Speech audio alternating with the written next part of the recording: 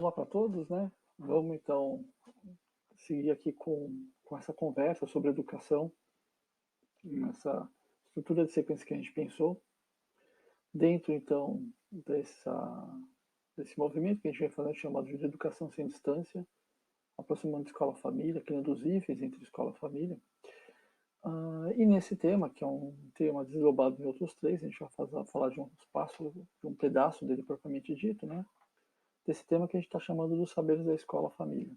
Até então a gente tinha família, escola, e hoje mais do que nunca, né, a gente tem essa composição entre esse hífen, entre escola e família. Né? O tema que eu vou tratar hoje é um tema que a gente já conversou no começo desse ano com as famílias de sexto ano, na reunião presencial lá na escola, né? Lá no Marupiá, nessa reunião presencial, como também com as famílias de primeiro ano do médio deste ano, que são essas reuniões inaugurais. E a gente tentou então fazer um percurso, né, usando um pouquinho a história da educação no sentido factual, pegando alguns fatos, explicando um pouco sobre o percurso da educação, né, para a gente poder entender como é que as escolas, como é que é a educação hoje. Né. Essa apresentação é baseada num texto da professora Alciana Donato, né, e eu acho que ele vai ser bastante ilustrativo para se entender um pouco aonde se encontra o Marupiá dentro desse processo de educação que a gente faz. Né. Destacar, a gente vai ver isso um pouquinho no final dessa apresentação, destacar que educação, falar sobre educação, pensar sobre educação, ser educador, necessariamente não significa que está no campo do espontaneísmo, de pequenos insights, né? Tipo, o fato de todos nós estudarmos, fomos todos alunos e alunas, né, na nossa vida escolar, de todo o nosso percurso, né? Família e a escola, esses dois espaços sociais da nossa formação, muito importantes, não significa que o fato de a gente ter sido aluno, a gente de fato entende sobre educação. A educação é uma ciência, é uma área de conhecimento e ela requer estudo, né?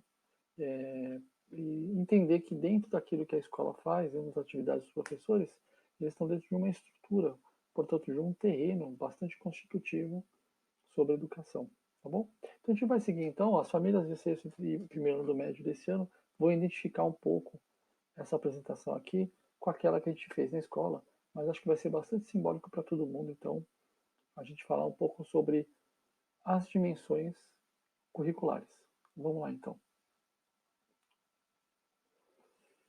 Então dentro da nossa pasta Educação sem Distância, o grande tema, né, os saberes da escola família e um primeiro subtema que a gente vai tratar, portanto, aqui, ah, vão ser as dimensões curriculares e os saberes. Então, um percurso rápido pela história da educação.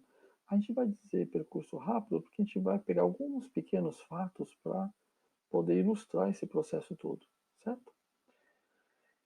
A gente vai entender um pouco, né, dentro da história da educação, que a educação, a escola, do modo que a gente mais ou menos entende, do modo que a gente tem uma certa aproximação, ela vai surgir pós-Revolução Francesa.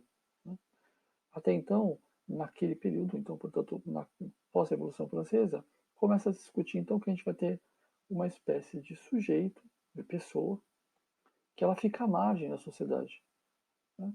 Então, vai ter uma sequência de modelos de educação ao longo da história que vão ter o intuito de fazer com que o sujeito saia da margem da sociedade e entre para o centro, então, de constituição da própria sociedade. Então, a educação ela nasce nesse sentido.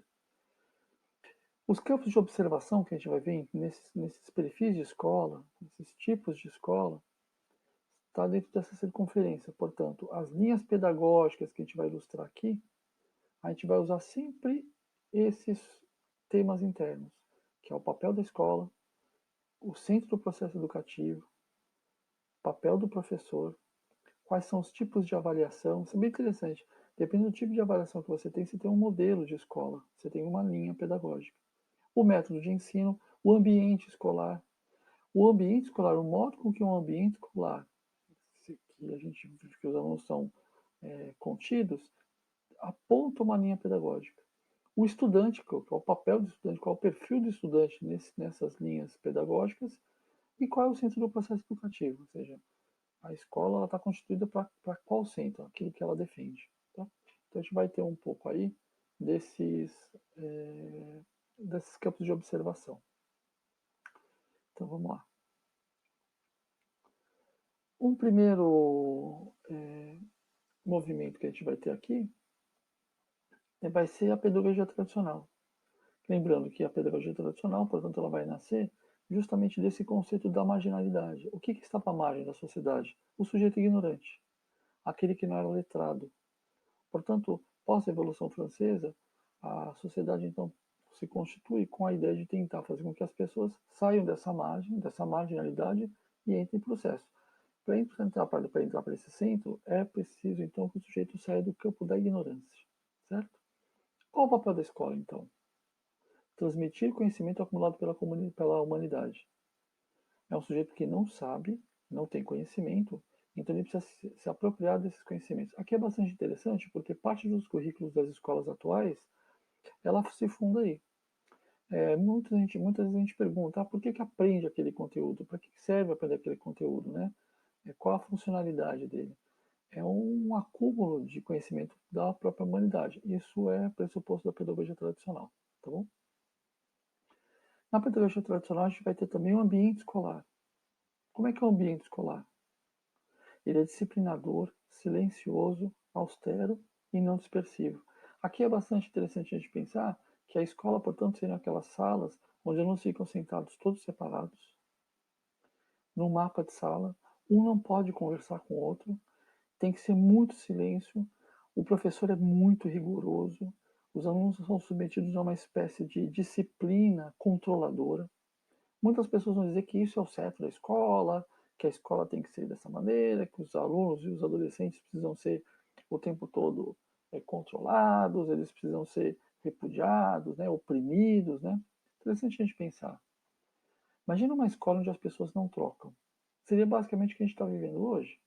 Porque cada adolescente, ou cada, né, no caso dos segmentos que aí eu coordeno, dos alunos de 10, 11 anos de idade até lá o terceiro ano do médio, eles estudam nas suas casas, portanto, eles não teriam as interações como teriam numa escola regular. Veja como é importante a gente pensar nisso hoje, como é fundamental a gente perceber como é importante ter o outro ao lado, para trocar informações, para conversar, para dialogar. Esse tipo de escola ela pretende fazer justamente o oposto disso. Né? Uma escola então tradicional pressupõe essa estrutura de ambiente escolar. A gente vai ter aí também o papel do professor e da professora. Lembra, a escola transmite conhecimento acumulado e o sujeito, o aluno e a aluna, tem que ficar em silêncio o tempo todo. Qual é o papel do professor? Transmissor de conteúdo. O meu papel, isso é uma coisa muito interessante quando a gente vai estudar educação, a gente vai trabalhar educação, né? De um docente que fala que o papel dele é transmitir os conteúdos que ele foi formado. Esse é o papel dele. E, não, e ele, para ele transmitir os conteúdos, os alunos precisam estar então em silêncio o tempo todo, não se dispersando. Então, ou seja, o aluno ele precisa carregar uma série de pressupostos de condição para que esse sujeito consiga transmitir então o conteúdo. E é o professor que define o método, o conteúdo, a avaliação. E a apropriação dos conceitos é por repetição. Faz uma, duas, três, quatro, cinco, 10, 20, 30 vezes para isso. Quanto mais, um bom aluno é aquele que então decora os processos todos, né? Não diria decorar, mas que ele aprende por repetição. Então, seriam um pouco as três estruturas aí da pedagogia tradicional. Qual é o método de ensino? Repetição e memorização. Né? Aqui é interessante pensar porque o conhecimento ele não tem significado. Ele não tem um elemento de contexto. Eu não preciso explicar para o aluno por que ele precisa aprender aquilo, o que aquilo tem a ver com a vida que ele tem, com o momento que ele está vivendo. Não me interessa. O aluno tem que ficar quieto. Eu sei e ele não sabe. Por que o aluno tem que ficar quieto? Lembra? Porque o aluno é o ignorante. O aluno é aluno aquele que não sabe nada. Então ele tem que ficar quieto. E ele vai repetir 30 vezes para aprender. Mas ele não está aprendendo nada, ele só está decorando. Não está ganhando significado. O aluno e a aluna, portanto, eles são igualmente tratados. Né? Não tem uma distinção entre um e outro. Não tem um aluno que De repente tem um aluno que tem uma certa condição para um lado, para o outro. Não tem, não interessa se o teu filho ou tua filha é importante para você ou não. Ele vai ser igual como todo mundo. Esse conceito de igualdade é interessante pensar que, se por um lado, é importante que os alunos percebam que ele não tem uma preferência, lógico que não, mas é como se fosse um sujeito sem rosto, tá bom? Avaliação do tipo prova e acumulativo. É muito comum as escolas terem isso, né? Algumas escolas têm, por exemplo, escolas que são bimestrais, você tem a prova mensal e a bimestral, né? Então a mensal tem um peso, a bimestral tem dois pesos. É interessante pensar que a prova mensal tem um acúmulo de conteúdos. A prova bimestral teriam todos os conteúdos. Então, é sempre por um elemento de acumulação de conteúdos. Mas lembra, não é um conteúdo que é problematizado, não é um conteúdo que é debatido, porque ninguém debate nessa escola. Só tem um sujeito falante. Tá? E é uma coisa interessante, a gente vai dizer assim, os adolescentes precisam ficar quietos, obedecer, percebe? Esse tipo de discurso você vai ter nos adultos, sejam eles pai, mães, cuidadores ou cuidadoras, como também nos professores e nas professoras, como nas coordenações, na direção, um respeito por imposição. Quem é o centro do processo educativo? O professor e a professora. Ele é o centro. O aluno é um artifício, certo? Então, o campo de desenvolvimento vai ser o que a gente vai chamar de saber. Né? Importante destacar que a pedagogia tradicional é diferente das escolas atuais, que tem algumas escolas que a gente fala assim, aquela escola é tradicional. Tem que tomar cuidado, porque tem escola que não é tradicional. Né? Ou conteudista, vamos chamar assim, né? Acho que é bem interessante a gente pensar. Tem escola que não é conteudista, tem escola que é sumarista. Ela segue a sequência do sumário do livro. Ela não é conteudista. Conteudista tem conteúdo. Um aluno que tem conteúdo, ele não fica quieto. Ele quer trocar os conteúdos. Né? Uma pessoa que tem conteúdo não vai ficar aprendendo só por repetição. As coisas precisam ter sentido. E uma pessoa que tem conteúdo não é somente a avaliação de tipo de prova que vai definir o que ela é de fato. Bom, o que a gente vai ter? Essa pedagogia, então, ela nasce pós-Revolução Francesa, como é que a gente disse, a partir de um conceito da marginalidade. O fato é que essa pedagogia não deu certo. Por mais que as escolas fossem austeras, por mais que fizessem as repetições, por mais que fossem oprimidos os alunos, fato é que parte desses alunos e alunas não saiu da marginalidade. Portanto, essa pessoa, essa problemática de tirar o ignorante não se resolveu. O acúmulo de ignorância continuava no mundo da mesma maneira.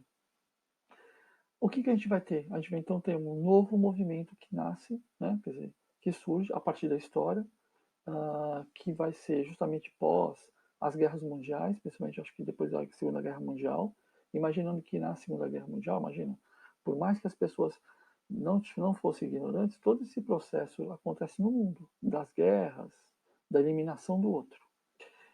As pessoas que sobrevivem após a guerra, elas vão ter então uma outra questão, eles passam a ser também alguém que está à margem da sociedade, certo? E o que seria a margem da sociedade? Nasce aí então a pedagogia novista. A pedagogia novista vai resolver então a marginalidade que é o rejeitado. Vamos pensar assim: imagina uma pessoa cuja família inteira foi dizimada na guerra. Portanto, ela, do ponto de vista psicológico, do ponto de vista da pessoa em si, do ser em si, está em frangalhos.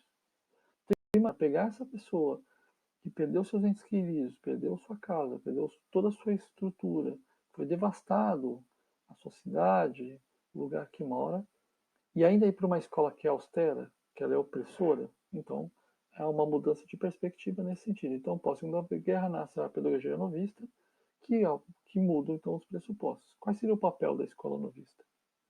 Construir uma sociedade que seja aceita as diferenças. Tem pessoas que têm coisas que não têm coisas, tem pessoas que têm pai, que não tem pai, que tem mãe, não tem mãe, que tem a casa, não tem a casa, tem pessoas que só têm a roupa do corpo e não tem. Ou seja, você vai ter então a ideia de que o sujeito, as diferenças precisam ser aceitas. Lembrar um pouco nesse sentido, né, dos elementos de fronteira, né, que foram constituídas aí. O ambiente escolar, ele é um ambiente festivo, alegre, ruidoso. Por quê? Porque as pessoas precisam retomar de novo o conceito de autoestima. É um sujeito que está dizimado pós-guerra. É um sujeito que perdeu a perspectiva da humanidade. A humanidade se constitui como uma catástrofe a partir das atrocidades da própria humanidade. Pensar em relação ao nazismo, por exemplo, né? Imagina, tem é, é, alguns estudos bem interessantes de como é que as crianças que sobreviventes do nazismo conseguiram voltar para a escola. O que eles acreditariam naquele modelo de escola? Certo? O papel do professor. Se na escola tradicional ele era o transmissor, o centro, né, do processo educativo, também lembra? Aí você vai ter um professor que facilita as aprendizagens. Então, ou seja, é um professor que se aproxima mais do sujeito. Sujeito que precisa ser resgatado. Porque a marginalidade é um rejeitado. O método de ensino vai ser, então, aspectos afetivos, atitudinais, né? É bem parecida essa questão. Né? A gente tem traços da pedagogia novista em muitas conversas com pai e mãe na escola. Meu filho precisa ser aceito, ele se sente rejeitado, ele não sabe conteúdo, ele se sente incapaz. Esse é um pressuposto da escola novista. Né? Lembrando que é do período pós-Segunda Guerra. As avaliações, como vai ser o tipo de avaliação?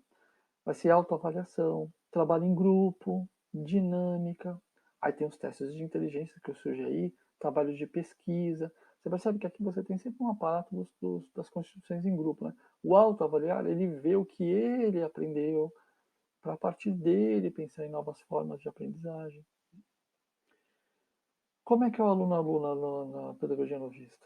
O conteúdo é selecionado a partir do seu interesse. Então, imagina que você tem um grupo de alunos e alunos, de adolescentes que estão na sala de aulas sem completa vontade de estudar, né, a perspectiva de mundo muito ruim e tal. Então você fala o que você quer fazer, o que você quer aprender, qual o seu desejo, né? Ah, não tenho vontade de fazer nada, né? Aí esse adolescente que muitas vezes fica um pouco fechado em si próprio, né? O centro do processo educativo nessa escola, obviamente, vai ser o aluno e a aluna. Lembra, na pedagogia tradicional, o centro era o professor. Agora aqui não, o centro do processo educativo é a aluna e o aluno. O campo de desenvolvimento vai ser então o saber ser. Na escola tradicional era o saber, centro do processo o professor, e a marginalidade, a ignorância. Na escola novista, o campo do desenvolvimento é o saber ser, né, ser sujeito, né, a construção do sujeito. O centro do processo educativo é aluno e aluna, e a marginalidade é o rejeitado. Tá bom? Então você tem uma pedagogia que é do campo da psicologia. Aqui vão ter a entrada dos psicólogos na escola. No outro caso, né, tinha a ver um pouco do pensamento lógico lá. Vamos pensar, vamos seguir aqui. Essa escola também não dá certo. Ela não consegue trabalhar com o conceito do rejeitado a partir somente do espaço festivo. Por quê?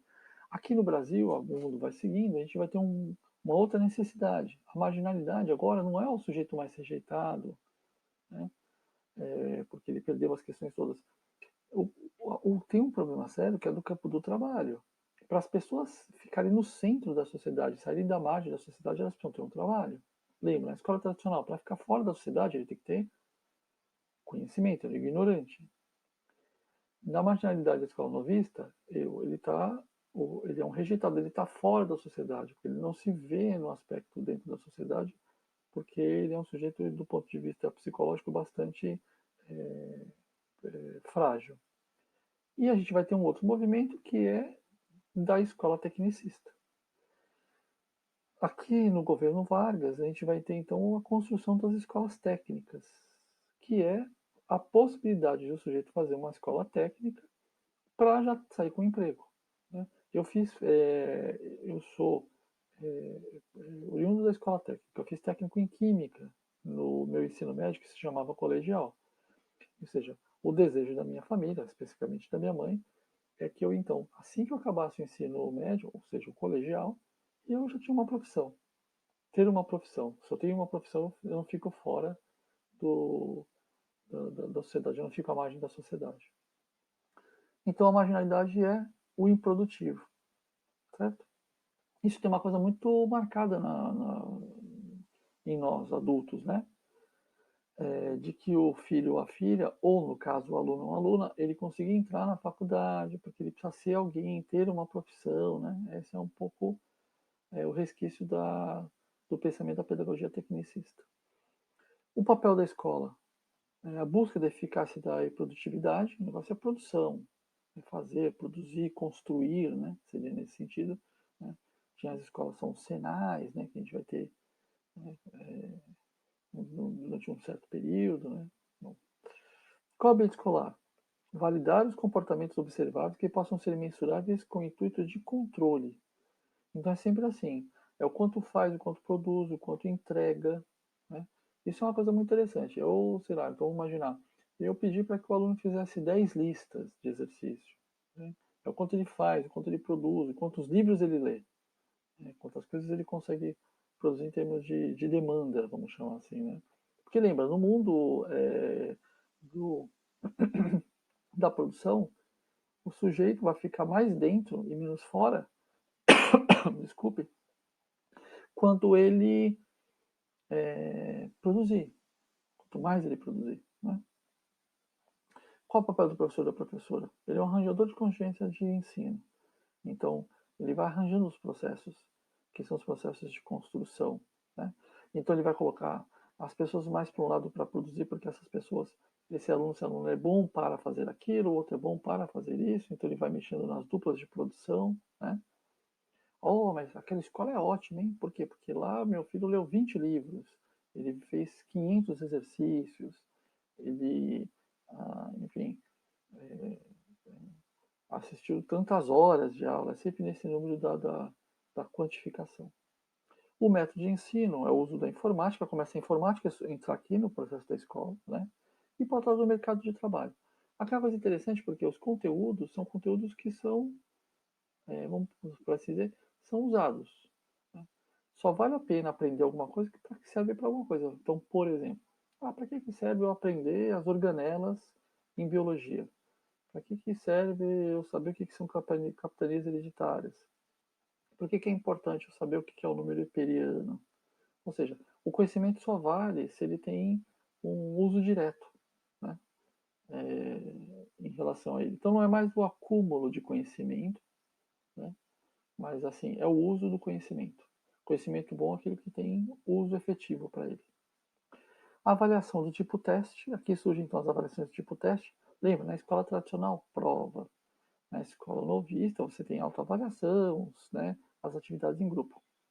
E na tecnicista, você tem os testes de múltipla escolha, né? Tem os teleensinos, né, que está surgindo agora também de volta. Né? Tá bom? Aluno e aluna. Tornar o aluno e a aluna competentes por níveis de eficiência. Aqui tem muitas escolas que vão categorizar os alunos. Tem escolas, por exemplo, que vão fazer que a turma A são os melhores, a B são os piores. Tem muito adulto que faz isso.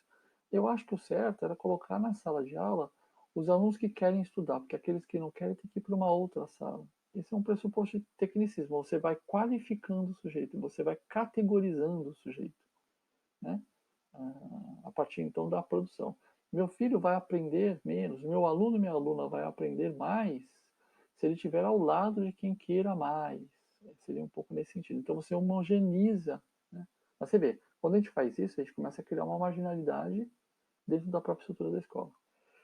O centro do processo educativo vai ser a técnica e o método.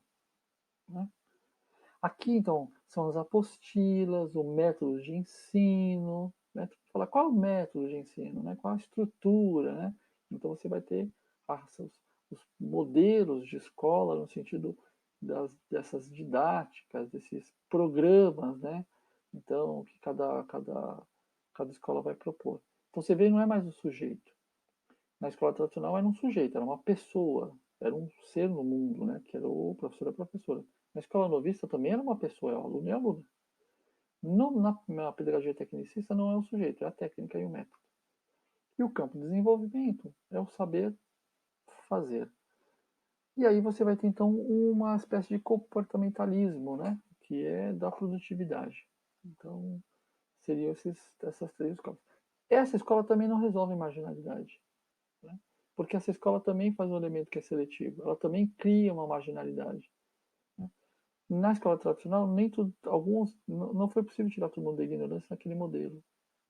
A gente não conseguiu resolver também na escola novista a questão do sujeito que era rejeitado, porque o elemento de rejeição permanece. E na escola tecnicista, você começa a fazer uma divisão dos grupos internos de cada aluno, né? E de cada aluno dentro da própria escola. Essas pedagogias não deram certo. A gente vai ter um quarto movimento, né, bastante interessante, que é chamada da pedagogia crítica. A pedagogia crítica ela rompe com aquelas três que a gente apresentou. A tradicional, a novista, a tecnicista, a gente chama a educação de pedagogias não críticas, certo? É sempre um sujeito em uso, né? É um aluno silencioso, o silencioso, o aluno que fala, ou meramente o método. O método é maior que o sujeito. Então, na pedagogia crítica, a gente abandona o sentido de marginalidade. Ninguém está à margem. Não existe mais esse conceito. O papel da escola não é tirar o sujeito da margem para dentro da escola. O centro do processo educativo vai ser o professor, a professora, estudantes são os sujeitos do processo educativo. Aqui é bem interessante pensar. Não é só o professor e a professora, como na escola tradicional, não só o estudante. Todos são sujeitos. Todas as pessoas são sujeitos. E olha que interessante. O ensino parte da percepção e da experiência do estudante. Ou seja, do contexto social que ele vive. Aqui é uma coisa bastante interessante a gente pensar. O estudante que está vivendo, na quarentena que a gente está vivendo uma experiência que o atravessa. Essas experiências estão dentro de um tempo, um contexto social. Uma escola tradicional, pensado só nisso, desconsidera esse movimento. E parece isso um absurdo, né? Porque o professor e a professora, como estudante, estão vivendo a quarentena. Todos nós estamos sujeitados nisso. Portanto, todos nós temos experiência sobre isso. Né? Bacana a gente pensar nesse processo, né? Qual é o papel da escola? Problematizar e ela é, na verdade, problematizadora e investigativa. Ela problematiza as coisas todas. Então, o que está acontecendo? Por que, que as coisas estão desse jeito? Por que, que a gente chegou a esse ponto? Ou seja, há uma espécie de sujeito que o tempo todo reflete sobre aquilo que ele vive. E olha que interessante, a reflexão e o processo criativo. Então, o processo educativo é de caráter reflexivo, fundado na criatividade e estimula a reflexão da realidade. Ou seja, ele precisa pensar sobre a realidade que ele tem. Ele pensa na realidade que ele tem por causa do contexto social. Ele problematiza o cotidiano. Problematizar o cotidiano não é ficar à mercê das sensações que a gente tem. É ficar plenamente com sentimentos, que é esse primeiro sentimento das coisas que acontecem na nossa vida. O tempo todo acontece coisas na nossa vida. O tempo todo acontece. E a gente tem que entender que a gente não pode ser, por exemplo, um joguete daquilo que acontece com a gente. A gente sente essas coisas todas, o nosso corpo sente sensações que a gente tem, e a gente então precisa refletir e problematizar o que está acontecendo. Certo? Então, a formação de um sujeito crítico. O ambiente escolar. A relação professor-professora com o estudante ou a estudante é democrático. O uso é do diálogo. Importante a gente pensar que diálogo, por exemplo, é o que eu estou fazendo aqui. Diálogo necessariamente não são agentes conversando, né? Mas é alguém ouvindo e refletindo sobre aquilo que a gente está dizendo. Vamos imaginar que nesse momento agora, algumas pessoas queiram discordar um pouco dessa pedagogia crítica ou da outra que acha melhor tal. O que é diálogo? Refletir sobre isso, pensar sobre isso, né?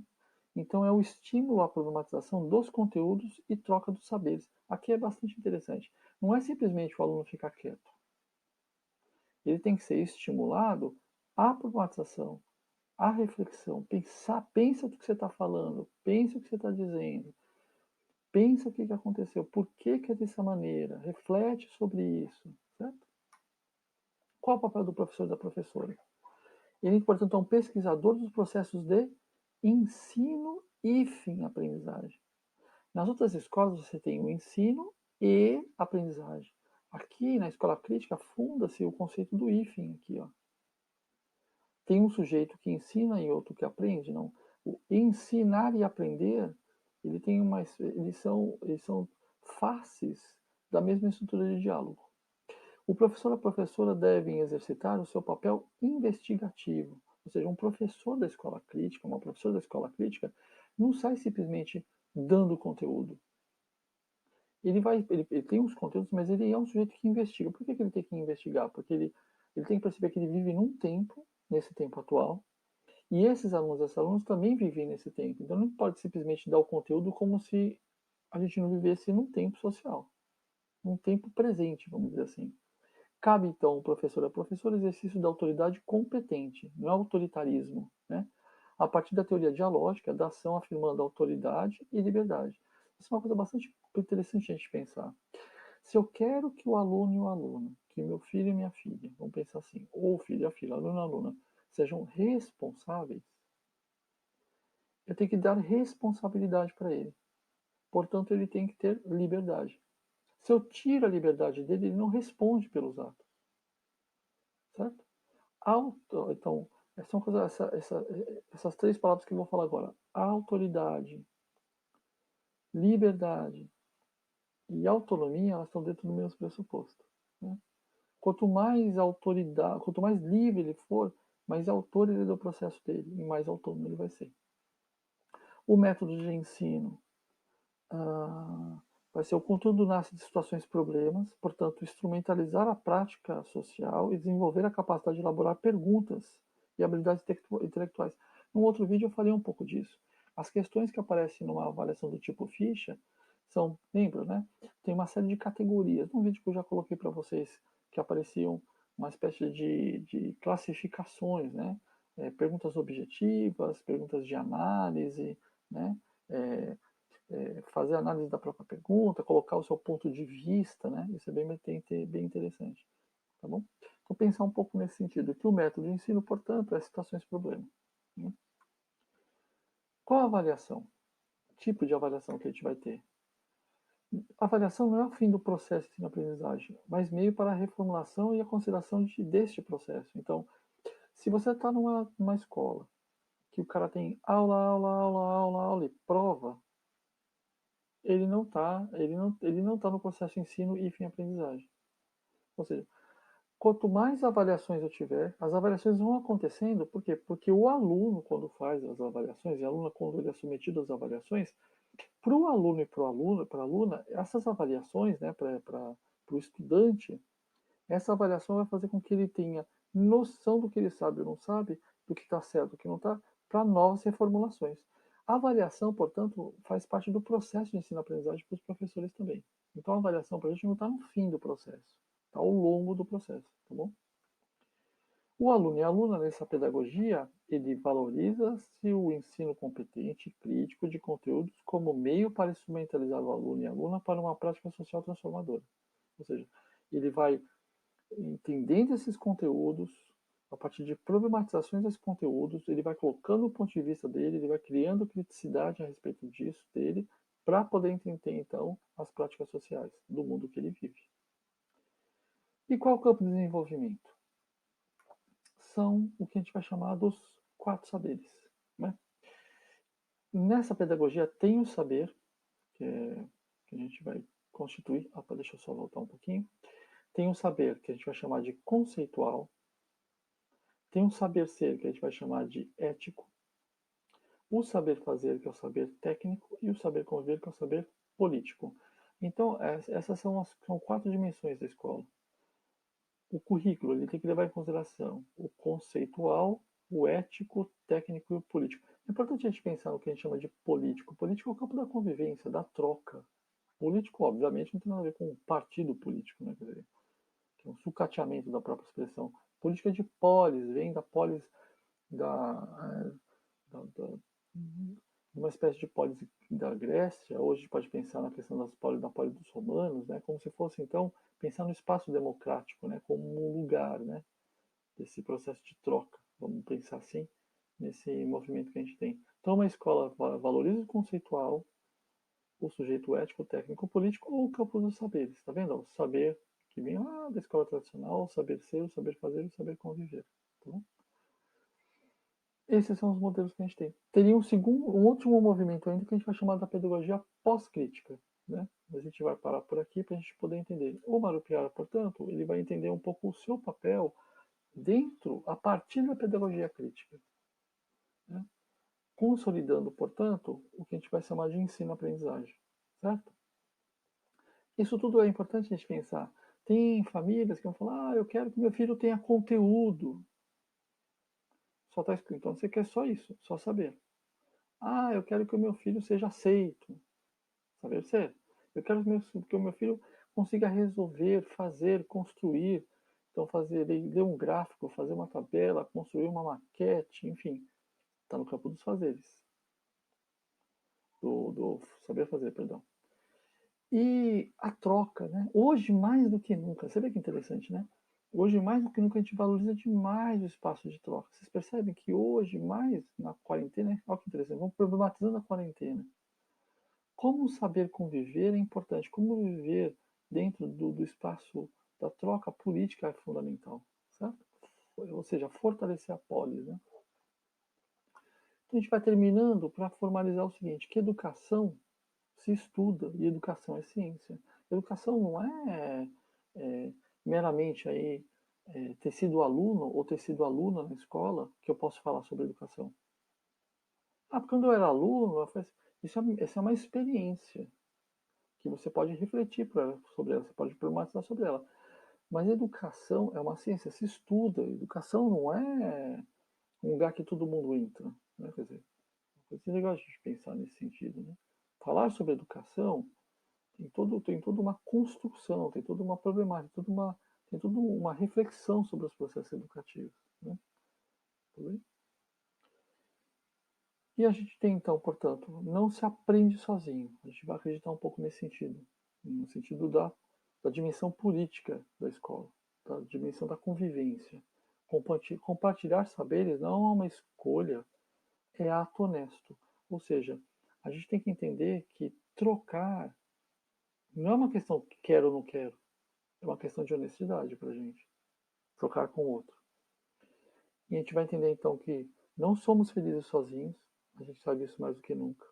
A gente não é livre sozinho. E a gente não aprende sozinho. A gente sempre aprende com o outro. Se a gente pensar, meu filho ou minha filha, ou no caso dos professores, minha aluna, nossa, ele aprende tudo sozinho. Não, porque ele lê um livro que alguém escreveu. Existe sempre uma rede de apoio. Né? Sempre alguém dando suporte. O humano precisa sempre de outro humano para forjar os seus saberes. Né? Então não existe escola sem troca. É impossível isso. Tá? A gente vai fechando então por aqui um pouco a nossa conversa. Espero que tenha sido produtivo. E a gente vai então a ter outros dois vídeos, né, como a gente, né, que vai então ilustrar esse esse movimento, né, que a gente vai falar mais tarde então dos diagramas dos saberes, que seria o nosso próximo vídeo, tá bom? Obrigado a paciência de todos. Espero que tenha sido uma boa reflexão a nossa conversa.